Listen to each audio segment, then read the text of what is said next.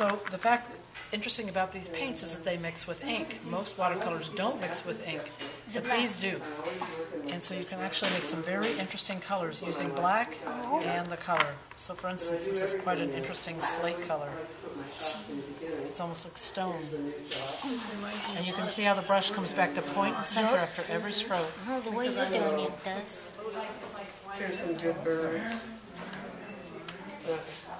When I'm painting, sometimes I'll just do a quick ink painting in oil. I call it my Sumi Heart in Oil because when I was asked to substitute for a friend of mine to whom I'd given all my oil paint and said I'd never paint in oil again, I found myself in trouble because a Sumi painter is hard-pressed when she's around linseed oil and stuff not to grab a brush. So I went back into oil painting and I love it too, just as much. I find that it's very wonderful for me to switch back and forth because I don't get tired of one. If I fall out of love with one, I can come back and work on something else. This is a little sketch from a cactus piece that I did recently. So, and it really has some Sumi qualities about it, and yet it's in oil paint. See what that is like.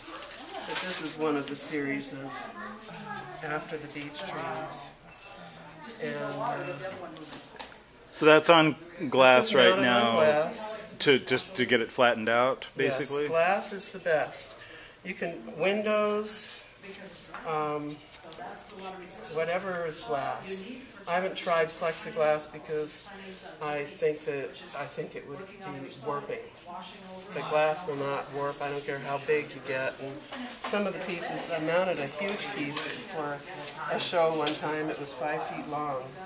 And I just had to be sure that the phone was away and nobody was going to come over, and I wouldn't have any interruptions. So it's very important to stay focused when you're doing something. So is that sandwich between two pieces of glass? No. When I give, I'll show you how. So that was part of that. And I can probably just move right along here. These can go back in.